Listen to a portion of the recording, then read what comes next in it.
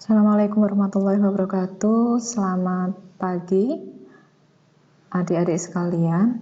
Selamat datang di perkuliahan basis data lanjut. Ini adalah minggu pertama perkuliahan basis data lanjut kita. Pada perkuliahan pertama kali ini kita akan lebih membahas tentang kontrak perkuliahan, kemudian materi-materi apa saja yang akan diajarkan di pertemuan dalam satu semester ini, dan selanjutnya kita akan review sebentar tentang materi database yang sudah pernah diajarkan di semester sebelumnya. Oke. Kemudian slide berikut ini adalah tentang deskripsi singkat mata kuliah. Diharapkan mata kuliah ini kita dapat mempelajari tentang bagaimana cara mengelola data pada DBMS Relational Enterprise, yaitu yang meliputi teknik-teknik query kompleks serta prosedur-prosedur pengadministrasian database.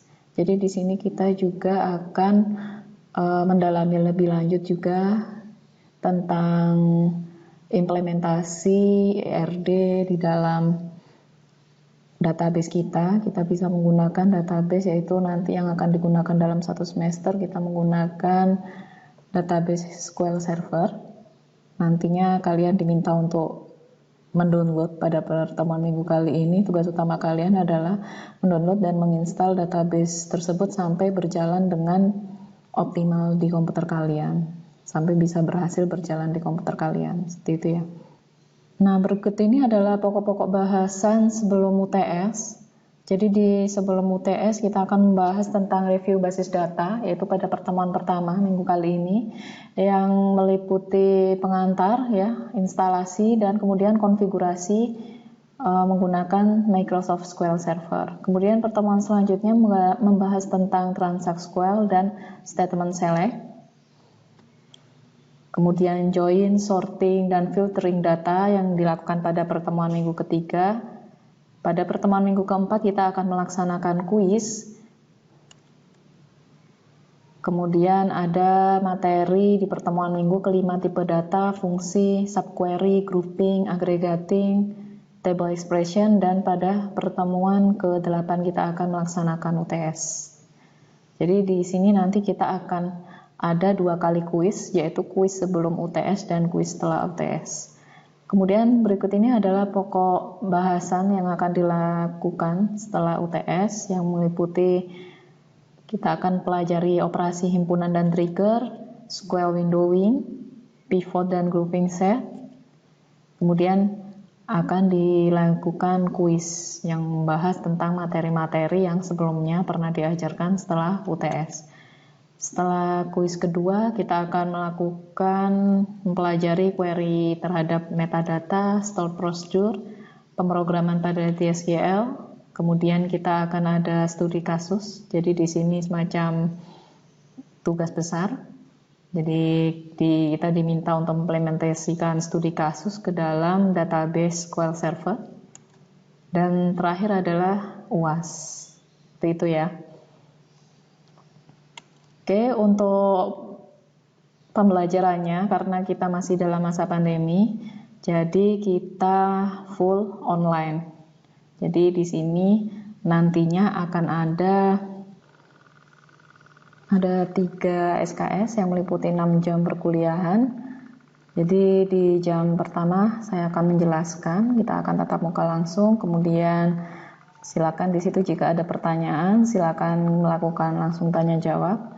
Kemudian diikuti dengan job sheet. Jadi di situ kalian silakan mencoba secara mandiri job sheet-nya. Kemudian jika ada pertanyaan di saat jam perkuliahan berlangsung, bisa langsung ditanyakan ke saya, bisa langsung melalui daring, melalui Zoom, atau bisa langsung chat seperti itu. Nanti kita akan praktekkan bersama-sama untuk job sheet-nya.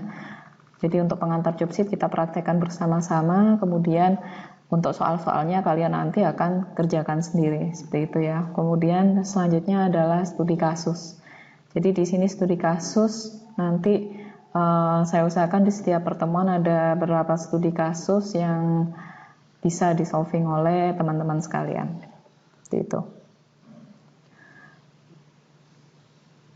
Kemudian untuk komponen penilaiannya, jadi di sini komponen penilaiannya adalah 40% itu untuk tugas atau job sheet. Jadi nanti setiap minggu, seperti pada perkuliahan database sebelumnya, pada semester sebelumnya, itu setiap minggu akan ada job sheet. Jadi di sini ada 40% untuk komponen penilaiannya, UTS 25%, dan sisanya UAS 35%. Oke.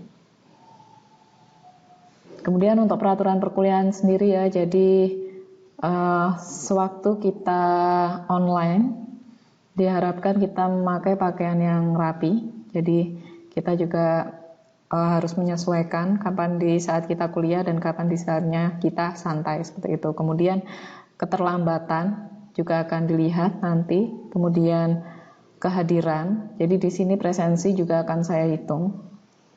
Keaktifan di kelas juga akan dihitung. Nah, untuk kehadiran sendiri, jika kehadiran kurang dari 80% maka tidak akan bisa mengikuti UAS. Jadi persyaratan kehadiran itu adalah minimum 80%. Oke.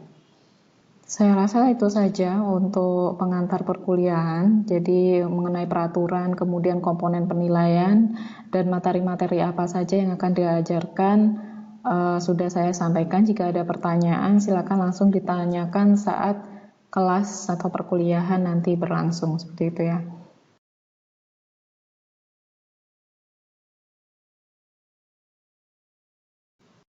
Oke, kemudian sebelum perkuliahan dilanjutkan, diharapkan adik-adik sudah menginstal aplikasi Microsoft SQL Server.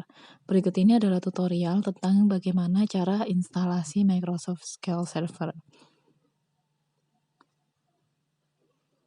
Jadi silakan download aplikasi tersebut. Linknya ada di PPT, ada di PowerPoint adik-adik sekalian. Kemudian kalau sudah di-download, silakan langsung diinstal. Jadi di situ disesuaikan ya untuk komputernya memakai 64 bit atau 32 bit. Kalau di contohnya ini adalah dia menggunakan versi yang 2014. Jadi untuk perkuliahan ini kalian bisa menggunakan versi yang di atasnya 2012. Jadi versi 2014 bisa atau versi yang terbaru bisa, yang penting di atasnya 2012. Seperti itu.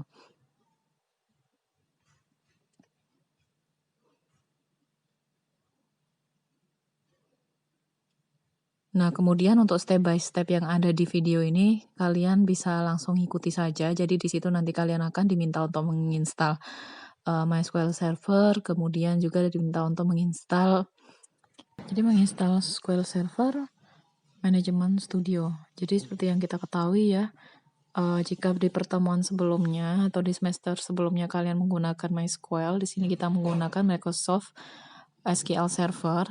Microsoft SQL Server itu apa sih? Jadi di sini merupakan aplikasi di BMS yang besutan dari Microsoft.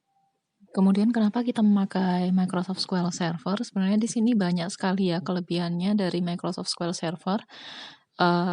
Di sini SQL Server itu bekerjanya lebih baik atau sangat baik di sistem operasi Windows, yang kebanyakan teman-teman di sini kan pakai sistem operasi Windows. Kemudian di sini juga mendukung banyak software database. Oke. Kemudian di sini juga dia juga dapat mudah untuk digunakan untuk klien dan juga usernya. Oke, di sini jendela sudah muncul ya. Di sini kalian nanti di jendela instalasi silakan pilih yang New SQL Server Standard Installation. Jadi di situ ada dua pilihan, New SQL Server sama Upgrade from SQL Server. Di yang atas itu karena kita belum pernah menginstal, kita pilih yang atas. Jika kalian sebelumnya sudah memiliki SQL Server, kalian tinggal dan ingin mengupgrade, misalkan kalian tinggal ngeklik yang bawah. Yang bawah itu adalah untuk ngupgrade. Nah, di situ nanti akan muncul jendela. Nah, di sini nanti kalian langsung klik save aja, kemudian klik next. Instalasinya sangat mudah. Akan tapi untuk ukuran filenya, jika kalian bandingkan dengan menginstal SAMPP seperti yang di semester sebelumnya, ini lebih besar. Akan tapi untuk kestabilannya, menggunakan SQL Server itu lebih stabil.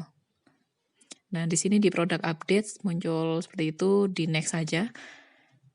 Nah, kemudian di setup yang ini silakan kalian tunggu. Di situ ditunggu sampai finishing setup filenya.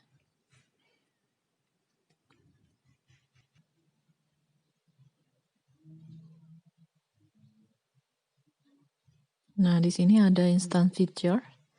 Di situ ada settingan default ya dari SQL Server-nya. Nah, itu silakan dicentang semuanya juga, nggak apa-apa, dicentang aja semuanya. Kecuali untuk yang local DB dicentang aja.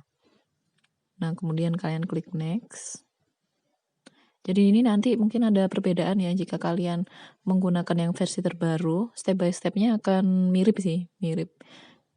Cuma mungkin interface-nya itu akan sedikit lebih berbeda. Nah, di sini ada instance configuration, kalian pilih yang default instance saja.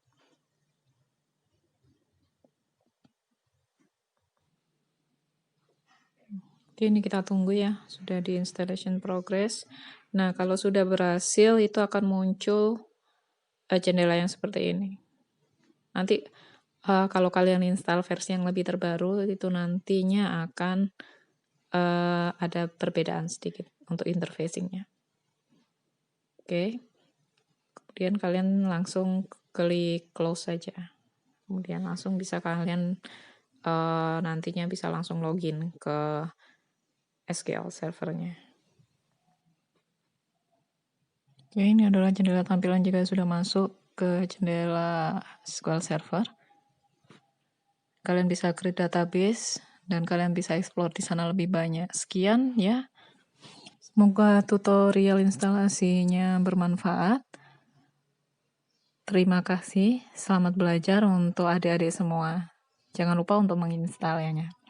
Jika ada pertanyaan, silakan ditanyakan kepada Bapak dan Ibu dosen yang mengajar mata kuliah basis data lanjut di kelas Anda. Terima kasih. Assalamualaikum warahmatullahi wabarakatuh.